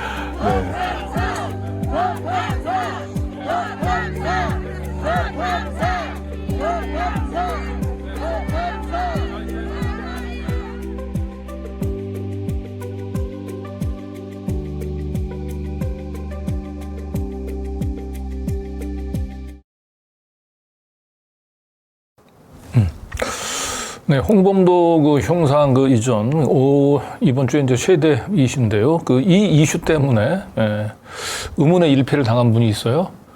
닭깎기 마사오 박정희. 네. 예. 네. 이 박정희 박정희 전 대통령이 그 공산당 그 가입 전력이 요즘 부각이 되고 있어요. 그렇죠. 예. 이번에 이제 홍범도 장군의 흉상을 철거하는 네. 이후로 제시가 되고 있는 이른바 공산당 전력. 사실 그것은 이제 그 자체가 그 당시의 맥락을 이제 따져봐야 되는 이제 그런 일이죠. 그리고 또 그건 차치하고 만약에 공산당의 전력이 있어서 흉상을 철거해야 되는 이유라고 한다면은 그렇다면 박정희 기념물은 어떻게 할 것이냐 이런 질문을 스스로 던져야죠. 네. 예, 박정희는 사실 홍범도 장군은 단순하게 공산당 입당을 했다고 하는 것이 사실이라고 하더라도 그건 단순하게 어쩔 수 없이 당원으로 입당한 정도였을 뿐이거든요. 반면에 박정희의 경우에는 남노당의 핵심 조직책이었어요. 그래서 결국 국내 이제 공산당 이 색출 과정에서 그것이 확인됐고 그래서 검찰에 의해서 사형까지 구형이 됐고 그 나중에 이제 무기징역으로 감형이 됐었죠. 이것이 명백한 공산당 전력이 있는 사람인데 이중 기준 이렇게 지독한 이중 기준을 적용해서는 안 되겠죠. 네. 뭐 두고 볼 일입니다. 네, 뭐 정부에서는 이제 박정희가 공산당에 가입한 것은 사실이지만 결국은 전향하지 않았냐. 그래서 전향을 하지 않았던 홍범도하고는 다르다. 뭐 이런 만약에 그런 논리라고 한다면은 홍범도 장관이 이제 돌아가신 데가 1943년이다. 43년이요. 네. 소련 지하에 네. 우즈베키스탄이었잖아요. 카자흐스탄. 네. 아, 그렇죠. 거기 살다가 또 그러게 된 거였죠. 네. 43년에 공산당 치하에 살면서 공산당을 버리겠다는 전향을 할 수 있을까요? 그렇다고 하더라도 너무나 앞뒤가 안 맞는 무리한 이야기죠. 네. 이런 말. 근데 사실 이런 이야기 자체가 황범도 장군께 이런 얘기를 가지고 이런 말을 만들어내는 것 자체가 얼마나 대단한 모욕입니까? 네. 그렇죠. 무리한 것이고요. 네. 네, 그런 식으로 따지면은 이제 제2차 세계대전 때 그 미국이 그 결국은 이 소련과 동맹을 맺었지 않습니까? 네. 예, 그렇게 따지면 사실은 미국하고도 우리가 이 군사 동맹을 맺어서는 안 됩니다. 진짜 순혈주의, 순수한 그 가치 동맹에 우리가 네. 충실한다고 얘기한다면 미국도 마찬가지죠. 자가당착이죠. 네. 자, 그리고 우리 그 전지훈 편집위원은 이제 공산 전체주의라는 유령이 한국을 배회하고 있다. 네. 이른바 지금 이제 전체 공산주의라고 하는 네. 새로운 말이 언젠가부터 대통령 입으로부터 나오고서 하나의 저기 일반적인 유행어처럼 되고 있는데 좀 전에 우리 영예인 의원도 얘기를 했지만은 저것이 어떤 집요한 의도를 가지고 나온 것이 아니냐. 이른바 이제 이념 전쟁을 펼치겠다.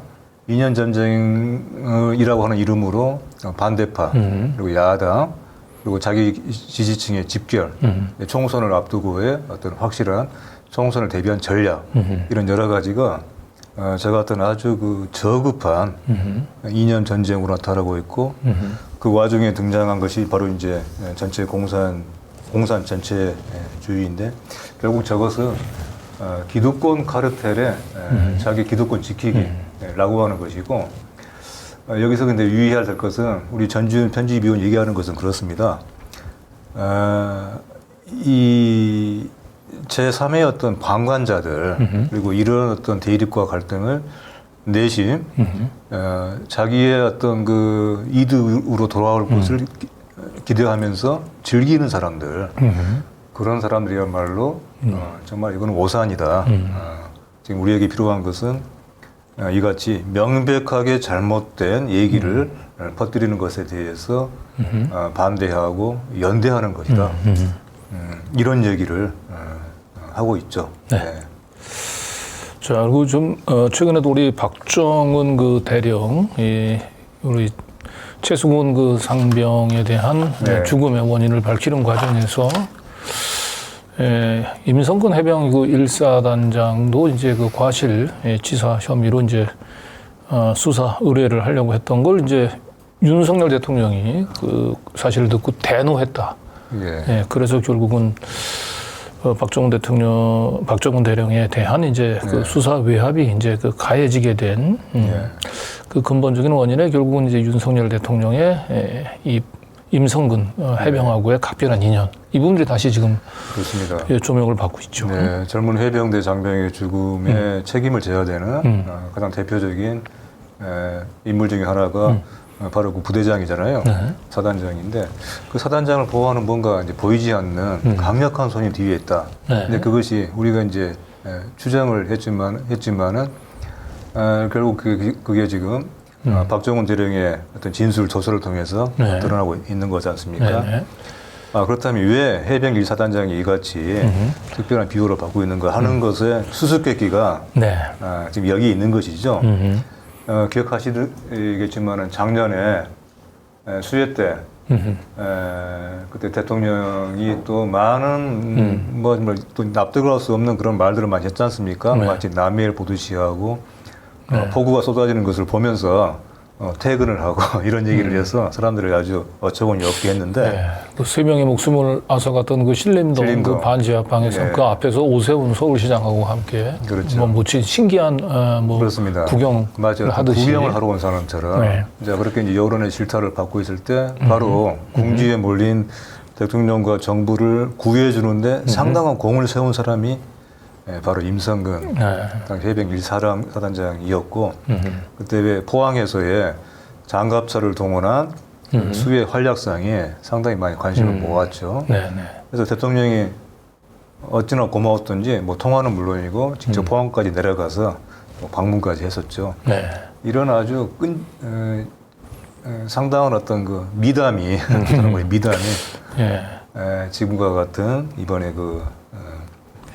정상적인 수사 결과를 뒤집고 그러니까 임성근 또 해병 1사단이 이제 그러한 경험이 있기 때문에 대통령으로부터 칭찬받은 경험이 있기 때문에 이렇게 그 장병들을 투입을 해서 수제 재난 극복을 할 때는 이제 무리한 구조 활동을 하면서 네. 이제 그 해병 대가 이 구조 활동을 벌이고 있다라고 하는 걸 보여주는 데만 급급하다 보니까 예, 병사의 안전을 도외시했던 그렇습니다. 예, 그런 배경이 있었군요. 예. 사실 이제 이번에 이렇게 대통령으로부터 은총을 받기 이전에도 몇 달 전이었죠. 이른바 그 경계 허술로 문책을 받았던 바로 그때도 정작 사단장은 징계를 받지 않았어요. 이미 이런 이미 벌써 두 번에 걸쳐서 그 대통령으로부터의 기호를 뭐 대통령이든 다른 누구든 간에 뒤에 어떤 강력한 후원자가 있다 하는 것을 상당히 의심케 하고 있죠. 어쨌든 지금 죽음을 당한 20살의 우리 최수근 상병, 마치 어떤 이태원 참사의 희생자들의 어떤 죽음에 대해서 책임을 지는 사람이 없는 것과 같은 이런 상황이 또 지금 벌어지고 있는 것이죠. 네. 자, 그리고 아까 그 후쿠시마 오염수 방류 관련해서 윤석열 대통령이 그 1+1은 100이라고 믿는 사람들이 있다. 이런 사람들, 과학을 믿지 않는 사람들과 싸워 나가겠다고 얘기하는데 이런 대통령의 그 화법을 우리 이명재 에디터가 베이비 토크로 꼬집으셨습니다. 아, 네. 이제 국힘당에서 연찬회에서 나왔던 발언뿐만 아니고 그동안 1년 3개월 동안 했던 많은 발언들, 특히 이제 외국에 나와서 이제 보이는 많은 이른바 말의 사고들, 이런 것들을 보면서 이건 뭐라고 한 말을 정리할 수 있을까? 네. 제가 보기에는 유아식의 화법이다. 유아. 그러니까 베이비 토크이죠. 베이비 토크라고 하는 것은 이를테면 자기 자신을 객관화하지 못하는 것이죠. 그리고 말이 어떤 하나의 문장이라기보다는 단어와 단어의 나열 정도, 단편적인 말들. 그리고 말에 어떤 몸통이 없다고 하는 거. 예를 들면은 이런 또 말에 어떤 허사라고 하죠. 또 허사, 감탄사. 이를테면 이제 이런 식의 말들이 이제 많이 있고 또 요란한 제스처. 네. 그러니까 어떤 내용이 없는 말을 이렇게 외워싸고 있는 어떤 빈약한 내용의 어떤 이런 그 형식들 그런 말들이 지금 윤석열의 말이고 이것을 이를테면 베이비 토크라고 할 수 있는 것인데 사실은 근데 이렇게 베이비 토크라고 하는 말을 붙이는 것은 어떻게 보면은 유아들에 대한 모독이죠. 네. 근데 근본적으로 다른 거 있지 않습니까? 유아들은 자라면서 그 말이 늘죠. 그리고 인식과 세상에 대한 지식이 확장이 되죠. 그렇죠. 그 말도 아주 더 깊어지고. 하지만 지금 우리가 얘기하고 있는 그 어떤 인물은 멈춰 있는 거예요. 딱 그 자리에서. 그렇죠. 이미 다 자란 성인이지만 정신적으로는 아주 어린 시절에 몇십 년 전에 그 상태에서 멈춰 있는 것입니다. 근데 더욱더 문제인 것은 오히려 지금 멈춰 있는 정도가 아니라 오히려 퇴행하고 있다. 어떻게 보면 1년 3개월 전보다도 더욱더 지금 후퇴하고 있는 거 아니냐. 그런 생각이 들지 않습니까? 그런 점에서 베이비 토크이지만은 오히려 베이비 토크가 아니다 하는 그런 얘기입니다. 네. 전 이명재 에디터 여기서 정치라고 하는 것은 이미 정해진 가치가 아닌 어떤 가치를 추구할 것이냐를 수기하고 조정하는 것이 정치라고 하는. 그렇죠. 그래서 이런 것에 대한 이해가 전혀 없는. 그렇죠. 예. 이제 대통령이라는 사람이 그렇게 얘기를 했지 않습니까? 어떤 정해진 가치에 대한 합의 없이는 가치 타협할 수가 없다. 이런 얘기를 했어요. 네. 이거야말로 정치가 뭔가에 대한 네. 아주 최소한의 이해조차 없다는 것이죠. 네. 그리고 사실은 뭐 이제 현대와 같은 이렇게 복잡 단안한 세계에서는 영원한 적도 사실은 영원한 동지도 지금 없는 거지 않습니까? 네. 그래서 어떤 정해진 획일적인 가치가 중요한 게 아니고 그때 상황에 대한 정확한 인식과 판단이 중요한 거고 이제 그런 차원에서 보면 윤석열 대통령 1+1은 이일 수밖에 없다라고 하는 이 단선적인 사고가 지금 이렇게 복잡한 이 국제 정세 속에 그 처해 있는 우리 한국 입장에서는 정말 이런 이 단선적인 사고를 가진 대통령이 이 유중한 시기에 국정을 맡았다라고 하는 차원에서 참 여러 가지로 걱정을 자아내게 합니다. 자, 다음 소식 넘어가 볼게요. 네. 이게 일본 내에서 이 후쿠시마 그 원전 문제를 가장 근본적으로 해결할 수 있는 방안으로 체르노비실 그렇죠. 봉인 얘기가 지금 나오는 것 같습니다. 예, 그 러시아의 체르노빌, 우크라이나와 벨로루시의 그 사이에 있는 87년이었던가요? 네. 89년이었던가요? 네. 그 무렵이었죠. 자, 체르노빌의 원전 사고도 아주 끔찍한 사고였지만은 상대적으로 후쿠시마에 대한 일본 정부의 또 도쿄 전력의 처리에 비해서는 아주 이건 모범적이었어요. 그것에 비해서.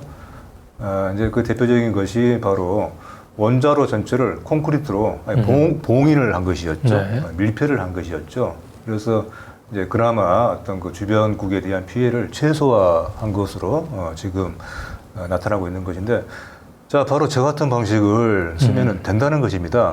다름 아닌 일본의 원자로 전문가가 저렇게 얘기를 하고 있는 걸 우리 한승동 에디터가 소개를 하고 있는데, 지금 일본 정부는 사실 방류 외에는 방법이 없는 것처럼 그렇게 얘기를 하고 있는 거잖아요. 그렇지가 않다는 것이죠. 절대로. 그리고 저 방법이 아무튼 방류에 비해서는 이거는 뭐 또 양적인 비교조차가 정도가 아니라 저것이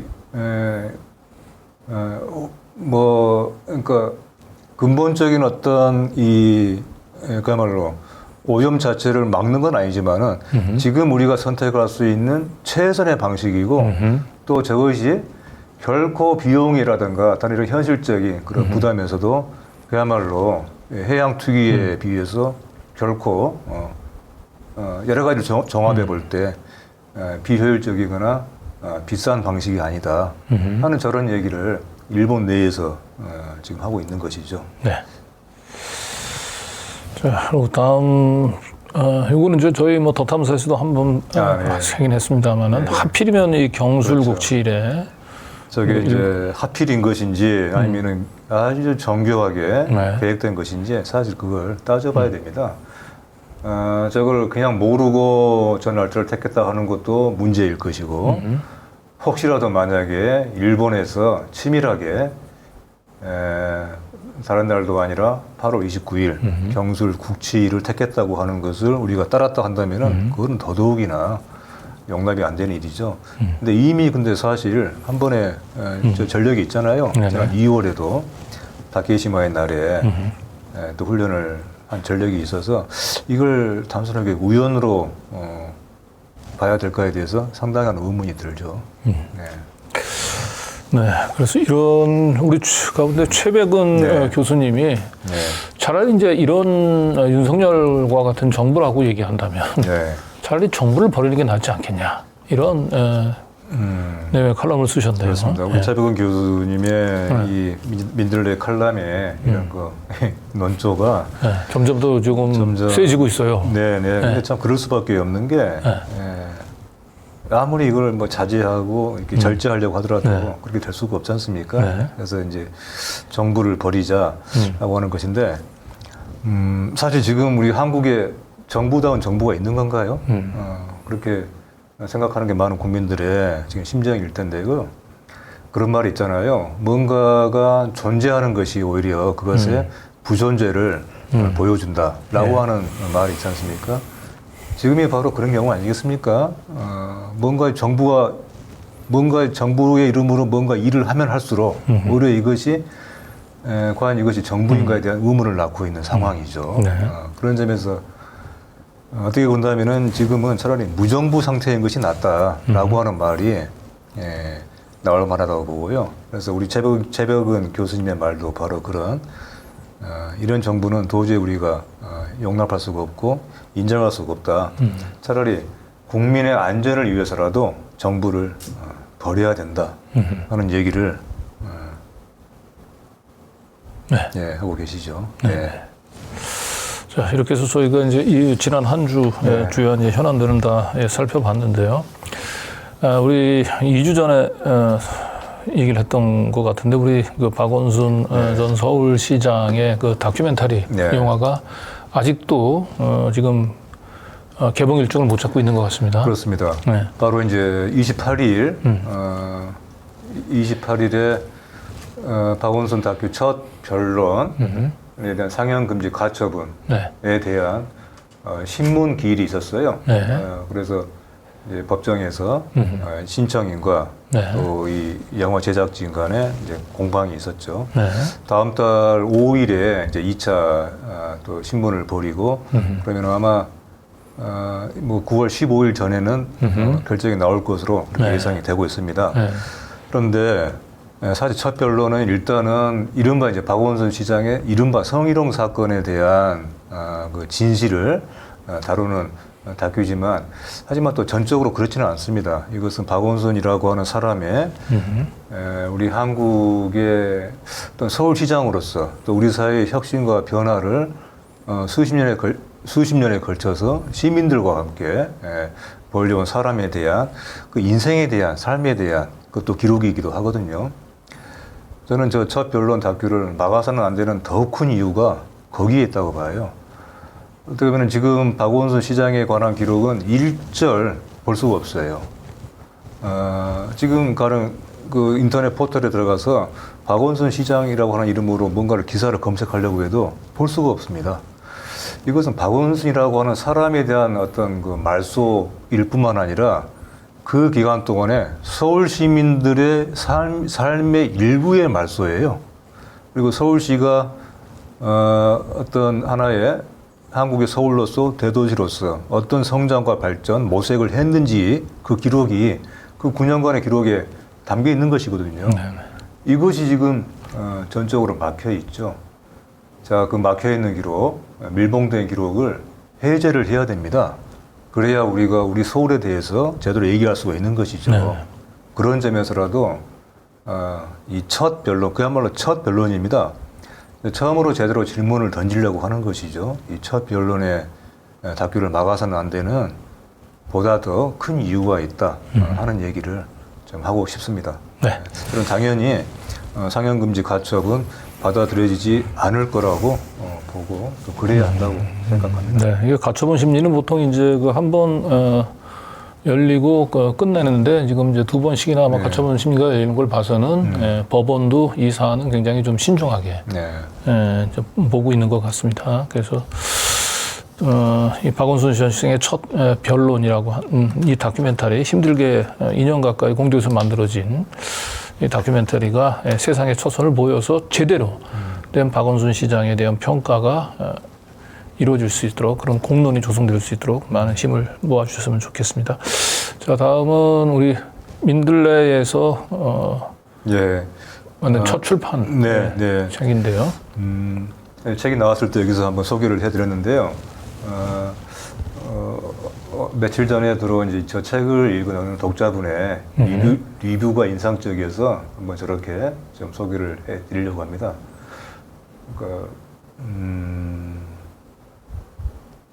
그러니까 이 책을 읽어보고 이 책을 많이 돌려보기로 작정했다. 그리고 뭔가 나의 마음에 휘발유를 부었다. 이런 편인데요. 단순하게 민들레가 저 책을 내서가 아니라 저기에 담긴 시국선언문 속에 우리 한국 사회에 지금 현재 지금 펼쳐지고 있는 이런 상황들, 한국이 지금 어디에, 한국 사회가 어디에 있고 어디로 가고 있는가를 정말 제대로 진단한 그런 책이거든요. 좀 더 많은 분들이 보시면 좋겠다 하는 그런 말씀을 드리고 싶네요. 우리는 왜 시국선언을 하는가? 민들레가 첫 번째로 펴낸 책입니다. 많은 좀 구독 부탁을 드리고 우리 민들레, 세상을 바꾸는 시민 언론 민들레, 정말 안팎의 좀 힘든 상황 속에서도 저희 더 탐사와 함께 조금씩 발전해 가고 있습니다. 그래서 더 큰 우리 시민 언론민들의 역할을 할 수 있도록 다시 한번 우리 시청자 여러분들 후원 부탁드리면서 오늘 방송은 여기서 마무리 해야 될 것 같습니다.